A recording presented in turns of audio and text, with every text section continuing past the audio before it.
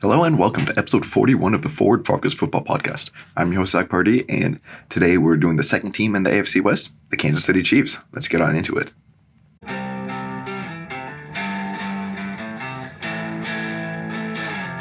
Alright, so in case you're new here, what we do is we go over each team position by position, breaking down the roster, and then at the end of it, I give my whole season projection, what I think the floor and the ceiling of this team is, as well as everything that can go wrong, everything that can go right, the over-under, and then the biggest strength and weakness of this whole roster. At the end of this whole series, I'm going to be doing a full season prediction where I'll give my official win totals for each team, as well as a playoff prediction and a season's award prediction. If you want to stick around for that, hit the subscribe button. And before we get on into it today, actually, I just want to point out that today is cut day. I already saw like a couple players on the Chiefs who I had written up. They did get cut. So by the time this comes out, even more of them will be cut. Just a little heads up on that. And they might also pick up another couple players. But yeah, so let's go down into it though. The Kansas City Chiefs today. Kicking things off as always with the quarterbacks, we have Patrick Mahomes, Chad Henne, and Shane Buechele. So Patrick Mahomes had a relative down year last year, but that's relative to his absurd standards. He still threw for 4,800 yards, 37 touchdowns, and 13 interceptions. He struggled when defenses played more two high shells, forcing the offense to be more patient and take what the defense gives them instead of looking for all those big plays all the times that they had. With the whole offseason to counter these looks, and then also the diversification of the receiving room with trading away Tyreek Hill and the acquisition of multiple quality receivers, I'm excited to see what this almost assuredly new version of Patrick Mahomes will look like. Chad Henne was picked in the second round in 2008 by the Dolphins, but could never establish himself as a quality starter there or with the Jags.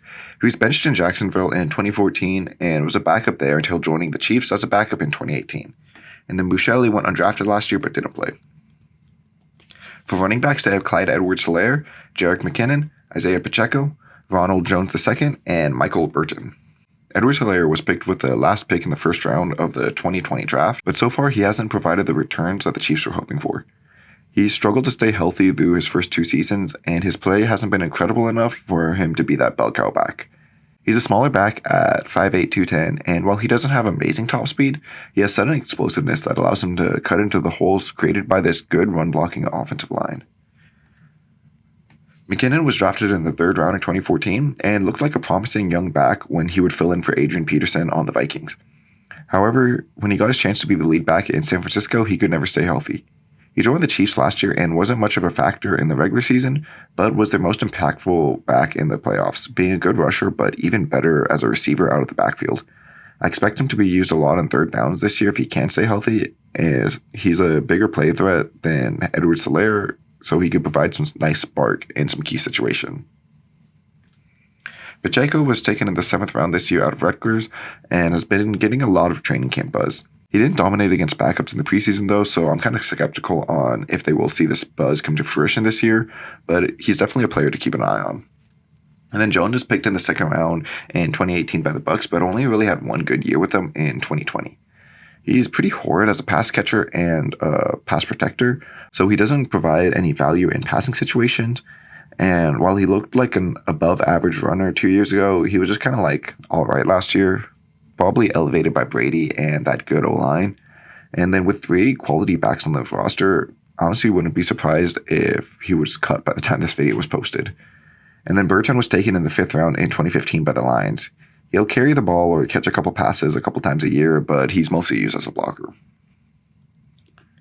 For wide receivers, they have Juju Smith-Schuster, Marquez Valdes-Scantling, Mecole Hardman, Sky Moore, Darius Fountain, Justin Watson, Cornell Powell, Corey Coleman, and Jerrion Ealy.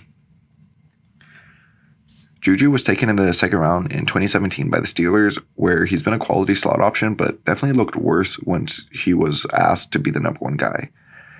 Now with Kelsey being this team's number 1 and Juju having a competent quarterback, we'll see if he can get back to that great tier of wide receiver. MVS was taken in the 5th round in 2018 by the Packers as a 6'4" deep threat with 4.37 speed. However, he struggled with drops immensely, at least until last year, and has been in and out of the lineup with injuries. He has high theoretical upside, but he had all the opportunity he needed in Green Bay as the number 2 with Aaron Rodgers throwing to him.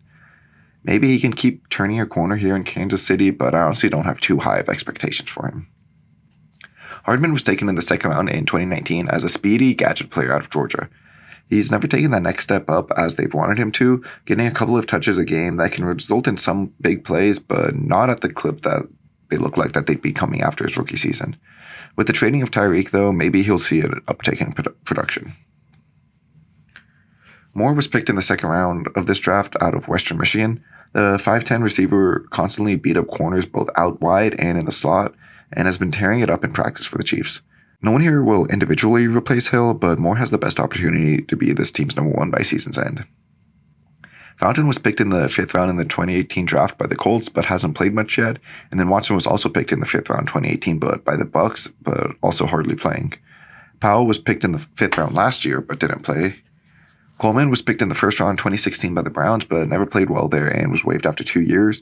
He last played in 2018, where he hardly saw the field with the Giants, and then Ely is a UDFA from this class. So for tight ends, they have Travis Kelce, Blake Bell, Noah Gray, Jody Fortson, Matt Bushman, and Jordan Franks. Kelce has not had a season under 1,000 yards since 2015. He has this uncanny ability to get open, find holes in zone, and have insane connection with Mahomes that allows him to make big plays at a moment's notice. He's one of the greatest tight ends to ever play, but he will be turning 33 in October and did start to show signs of slowing down last year. I'd be surprised if he's not a top 5 tight end this year, but it is something to keep an eye on at least. Bell was taken in the 4th round in 2015 and has mostly been used as a blocking tight end so far, only going over 100 total yards in 2 of his seasons. Gray was picked in the 5th round last year but didn't play too much as the tight end 3. Fortson went undrafted in 2019 and saw his first snaps last year with the Chiefs. Bushman went undrafted last year but didn't play, and Franks went undrafted in 2018 but hasn't played since his rookie year. Along the offensive line, their starters project to be Orlando Brown Jr., Joe Thuney, Creed Humphrey, Trey Smith, and Andrew Wiley, with Garion Christian, Prince Tega Wanago, and Darian Kennard backing up at tackle, Nick Allegretti, Mike Caliendo, and Vitali Gurman backing up at guard, and Austin Ryder backing up at center. Brown was traded last year for a first-round pick from the Ravens. The former third-round pick wanted to be a team's left tackle, so he forced his way out of Baltimore, which had him pegged as the right tackle. He played at a pretty average level last year, but still got franchise tagged and offered the bag, but he declined it because he wanted even more. I honestly think that the Chiefs shouldn't give him the contract that he's looking for, as he's pretty much just an average caliber tackle, not worth the contract he declined, and definitely not worth the one he wants, in my opinion. Christian has been a solid swing tackle since being taken in the 3rd round in 2018. He's been a better pass protector than a run blocker, but is a good option if they have someone go down with injuries. And then Wanago was picked in the 6th round in 2020 by the Eagles, but has hardly played yet. Thuney was picked in the 3rd round in 2016 and developed into a great guard with the Patriots. He joined the Chiefs last year and once again played well, even playing well in a game at left tackle. Allegretti was picked in the 7th round in 2019 and started a bit in 2020, but was a backup this year. Humphrey was taken in the 2nd round last year and was one of the best centers in the league right away. He was an absolute road grader against the run and held his own in pass protection as well. This level of dominance is exciting as a rookie, as it's very likely that he's just going to get better from here. Then Reid was picked in the 7th round in 2015 and has bounced around the league, last starting for the Chiefs in 2020 and spending some time on and off starting for the Dolphins last year, playing at like a backup level. Smith was picked in the 6th round last year and played like a quality starter right away. He was an above average run blocker instantly, but definitely has some room to grow in pass protection, surrendering 49 pressures. And then Caliendo and Gurman are both UDFAs from this class. Wiley went undrafted in 2017 and has seen significant action for the Chiefs since then, at guard or tackle. He's been a replacement level starter during his time, so I wouldn't be surprised if he were replaced by Christian or even Lucas Niang, who's currently listed on the PUP. And then Kennard was picked in the 5th round this year out of Kentucky. So along their interior defensive line, they have Chris Jones, Derek Nottie, Kalen Sanders, Tershawn Wharton, Taylor Stallworth, Mac Dickerson, and Kihind Ogenia Hassan. Chris Jones is the 2nd best interior pass rusher in the league. They tried experimenting with him at edge rusher last year, where he honestly wasn't bad, but he didn't just have that same dominating impact as he does rushing from the middle. And at only 28 years old, he should be this amazing force for them for years to come. Naughty was picked in the third round in 2018 as a run-stuffing nose tackle type, not providing much value as a pass rusher, but being good in his role. Saunders was picked in the third round in 2019, also this nose tackle type, seeing some snaps in the rotation, but not really being too exceptional and has missed some time so far with injuries. Wharton went undrafted in 2020 and has gotten a couple hundred snaps these past 2 seasons as a rotational pass rusher, being decent in that role. Stallworth went undrafted in 2018 and had his best season last year as a rotational pass rusher for the Colts. Dickerson went undrafted in 2018 and saw some snaps his first 3 seasons, but didn't do much with them, and Ogini Hassan is a UDFA from this class. So for edge defenders, they have Frank Clark, Carlos Dunlap, George Karlaftis, Mike Dana, Malik Herring, Joshua Kando, and Arthur Camara. Clark was traded to the Chiefs in 2019 after showing some exciting flashes with the Seahawks as a former second-round pick. However, he's been largely underwhelming outside of a couple nice playoff runs here in Kansas City. He should still be in his prime at only 29 years old, but I honestly find it hard to believe anymore that he's going to be much better than a number 2 type of guy. Dunlap was picked in the second round in 2010 and was a consistent pass rusher for years with Cincinnati, having one amazing season with 75 pressures and 15 sacks, but for the most part being like a high-end number 2, low-end number 1 type guy who was still productive for the last year and a half with Seattle. At 33 years old, I think he'll still have some juice off the edge, but someone who will be rotated in and out a lot to keep him fresh. Karlaftis is a versatile rookie taken 30th overall out of Purdue, where he relied a lot more on his strength and technique to win instead of flashier players with speed and bend around the corner. He's someone who can also kick inside a bit too, and honestly a third down rush package of Clark, Jones, Karlaftis, and Dunlap would provide some of the best juice Kansas City has had in years, and I really hope that we see that lineup a couple times. Dana was picked in the 5th round in 2020 and has seen significant action so far, but I'd put that more on Kansas City not having great edge talent versus him being this late round gem. He could see a lot of early down work with Clark not being the best on run D and Dunlap being older, but I don't really expect him to see the field enough to get more than like 20 pressures, honestly. Herring went undrafted last year but didn't play. Kando was picked in the 4th round last year and saw some snaps but did absolutely nothing with them. And then Kamara went undrafted in 2020 and saw some snaps with the Cowboys last year, not really doing too much. So for linebackers, they have Willie Gay Jr., Nick Bolton, Leo Chanel, Elijah Lee, Darius Harris, Jermaine Carter, and Jack Cochrane. Gay's an exciting, uber-athletic linebacker taken in the 2nd round in 2020. He saw the field a bit as a rookie and then missed some time early last season with injury, but he really started to come into his own towards the end of the year and then during the playoffs. He has all the tools to be a top linebacker in this league, and with the rest of the defense forming pretty nicely in around him, he'll get the chance to show that he can be one this year. Bolton was a day 1 starter as a 2nd round pick last year, having his struggles in coverage, especially early on, but using his speed well to be a force against the run. Him and Gay are young and relatively unproven, but to have a young linebacker duo like this growing together has to be exciting for the Chiefs, as they definitely have high potential to hit and can be very good for a long time. And then Chanel is just the icing on top. Taken in the 3rd round this year out of Wisconsin, Chanel is one of the most physically gifted athletes at the position. At 6'2", 250, he was still able to put up a 4.5 40 and a 40-inch vert, amongst other monster combine numbers. He didn't show much as a coverage player in college, although he has all the tools to develop there, and he was a nasty run stuffer and excellent blitzer, which will likely be his role at least early on here in Kansas City. Lee was taken in the 7th round in 2017 and has bounced around the league, seeing some defensive snaps a year but mostly being a special teams guy. Harris went undrafted in 2019, not playing much. Carter was picked in the 5th round in 2018 and worked his way up in Carolina to being a starter last year, but played pretty poorly and is now fighting for like a backup special teams job. And then Cochrane is a UDFA from this class. So for cornerbacks, they have Rashad Fenton, Trent McDuffie, L'Jarius Sneed, Joshua Williams, Jalen Watson, DiCaprio Boodle, Nazeez Johnson, and Chris Lamons. Fenton was picked in the 6th round in 2019 and developed into a quality starting corner here. He only allowed more than 50 yards on him twice in 13 games last year as a number 2 corner. With Ward gone and a rookie being brought in to replace him, Fenton might get matched up against some number 1s this season, at least early on especially, and he's not the biggest or most athletic guy, so we'll have to see if he is able to hold his own against all these high-octane offenses he's going to be up against. McDuffie was taken 21st overall out of Wisconsin this year. He is a bit undersized, but one of the most fluid corners in the nation. He played outside in college, but his movement skills and great feel as a zone corner suggest that he can play some slot or even safety, filling in that Matthew role if they really want him to. But so far, it looks like he's going to be this team's second perimeter corner, and I definitely think he has the upside to be the number one by the end of the season.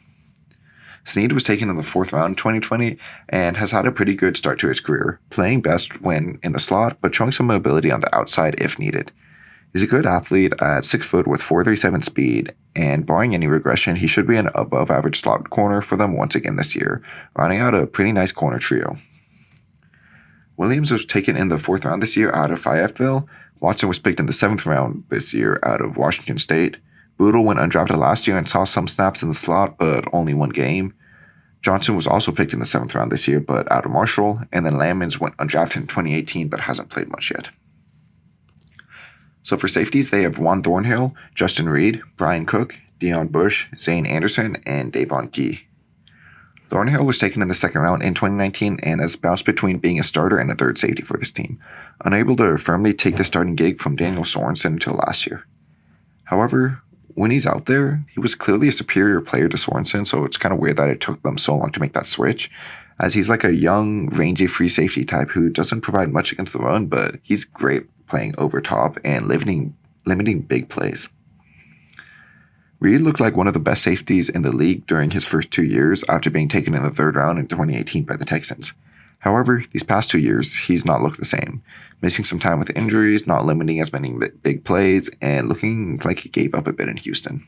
Now with a change of scenery and a competitive team, can he recapture his early career form? And if so, this could be a great young safety duo.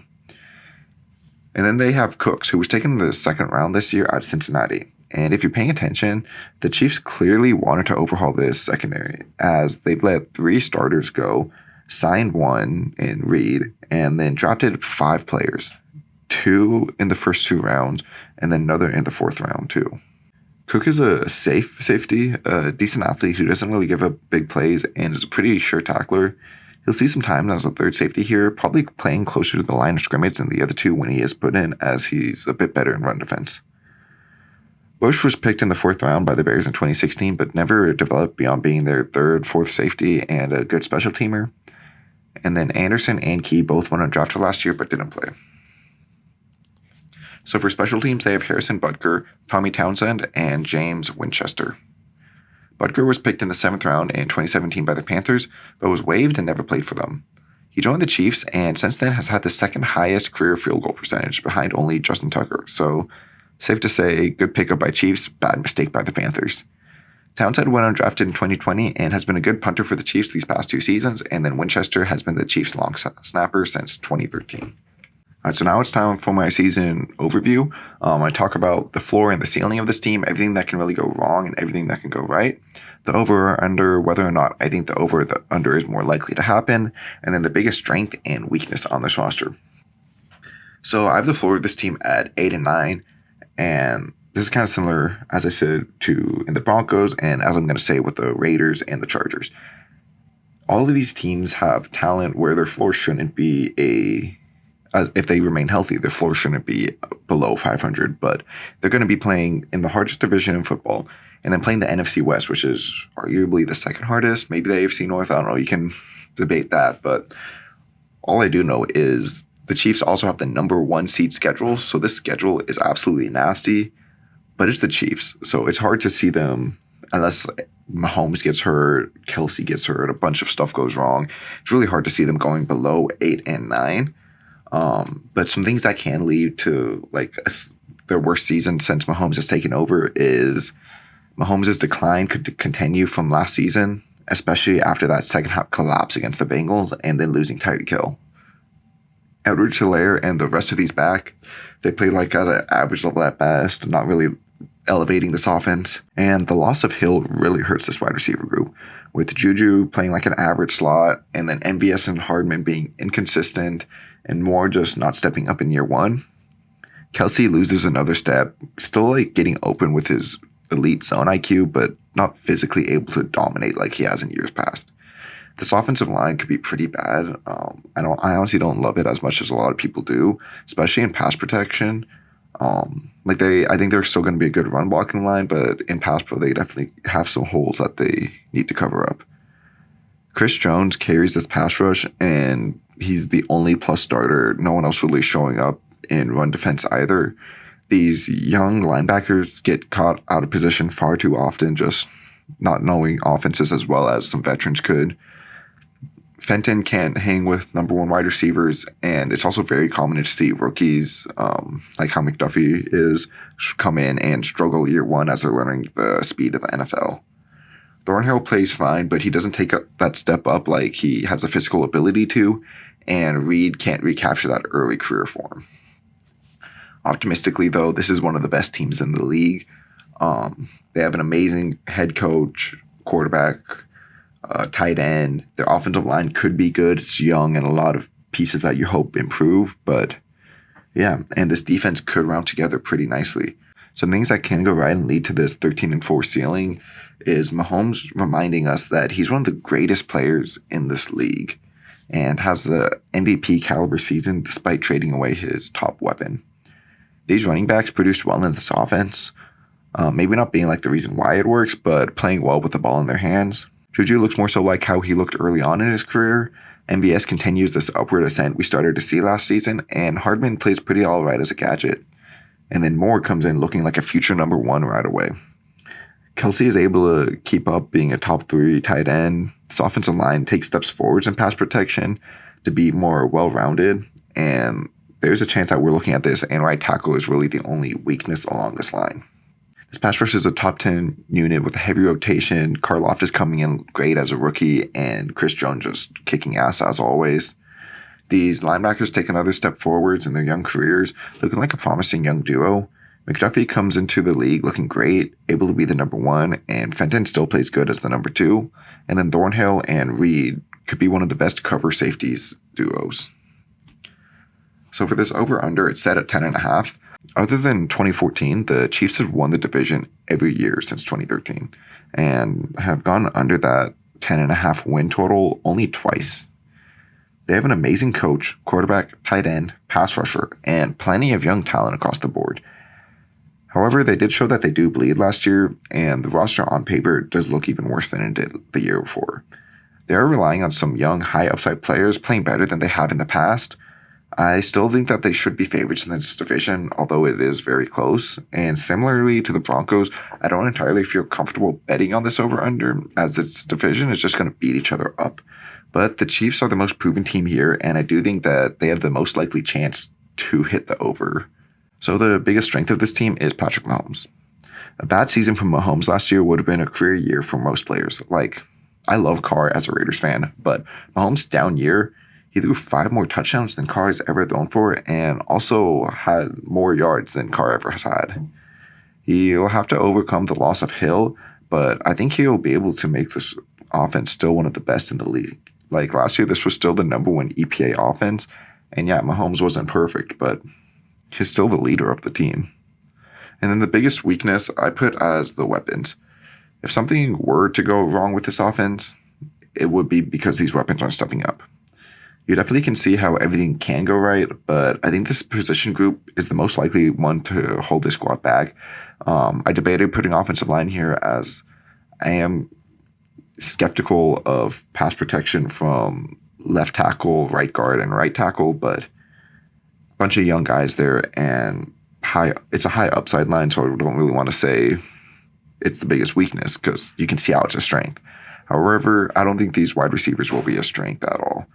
Juju has been average these past few years. MVS has been a good deep threat, but inconsistent with the back-to-back MVP. Hardman hasn't taken that step up and has been in this offense for years, and Sky Moore is a rookie. All right, so that's going to do it for today's episode. Let me know what you guys think. Do you guys think that the Chiefs will continue this dominant run in the AFC West, or are the rest of the teams finally catching up and going to be able to overtake them? Let me know in the comments down below. If you're on YouTube, leave a like, comment, and subscribe. And if you're on Apple, Spotify, wherever you might be listening to this, leave a 5-star review, help get the podcast out to other people. And yeah, see you all next time.